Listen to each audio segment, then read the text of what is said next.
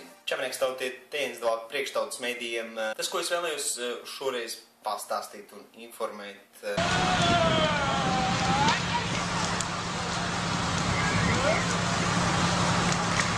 Lai gan tautas mediju kanālā pēdējā laikā ir bijis klusums, tas nebūtu nav nozīmējis, ka neviens neko nedara un nekas nenotiek. Tieši tāpēc arī šodien es vēršos pie jums. Vēlos informēt, ka svētdienās 10:45 būs video materiāls priekš RTV pa atsevišķām kabeļu televīzijām Rīgā un citās pilsētās Latvijā. Tas, vai šis kanāls ir pieejams jūsu kabeļa operatoram, jūs varēsiet redzēt, ieejot www.rtv.lv, tātad atkārtošu vēlreiz www.rtv.lv, bet galvenais vilcienos Valkams, Valmierā Nova Mikronets, Liepājā Elektroniskā, Rīgā Mits, Telenets un vēl pāris kabeļu televīzijas piedāvātāji.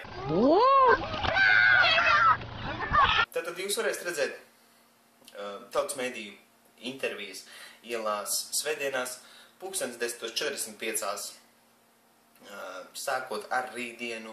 Tie raidījumi pēc tam arī dublēsies, ne tā būs atrodami, bet tas ir jūsu vērtībām. Protams, sākumā iespējams nebūs tā kvalitāte ideāla un izpildījums varbūt nebūs perfekts, bet čīkstēt jums tur nav par ko. Jūs saņemat to, par ko jūs maksājat, tātad neko, jeb kaut kā tā. Tiem, kam interesēs, tie noteikti pievērsīs tam uzmanību un uzmetīs aci.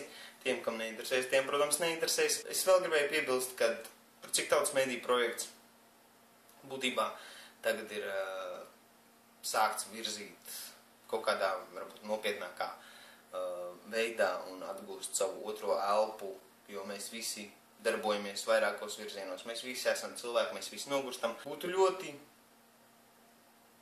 nepieciešama jūsu palīdzība ar jūsu laiku, idejām, dalību, jebkādā veidā. Tā kā rakstat uz jens@inbox.lv vai tautsmedija@inbox.lv, ja jūs vēlaties ņemt dalību šajā projektā. Un jā, es iemetīšu mazu tīzeru par to, kas būs šajā rītdienas raidījumā, kur Jānis Karāns izgāja ar Ingusu ielās, pajautāt cilvēkiem par Maksimu un ko viņi domā par to.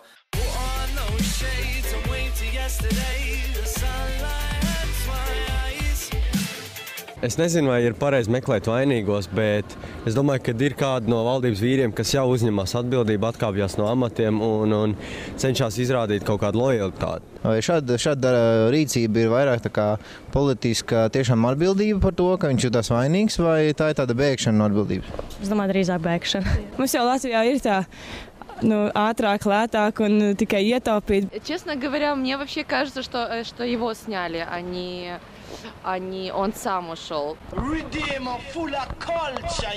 Labdien, Pīles kungs! Ko jūs domājat par Maksimas traģēdiju?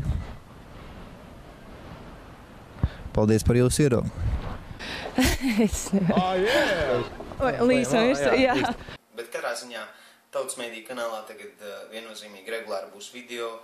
Ja jums patīk tas, ko mēs darām, tad sekojiet internetu jaunumiem, sekojiet mūsu sociālo mediju profiliem. Visi linki ir parasti video beigās.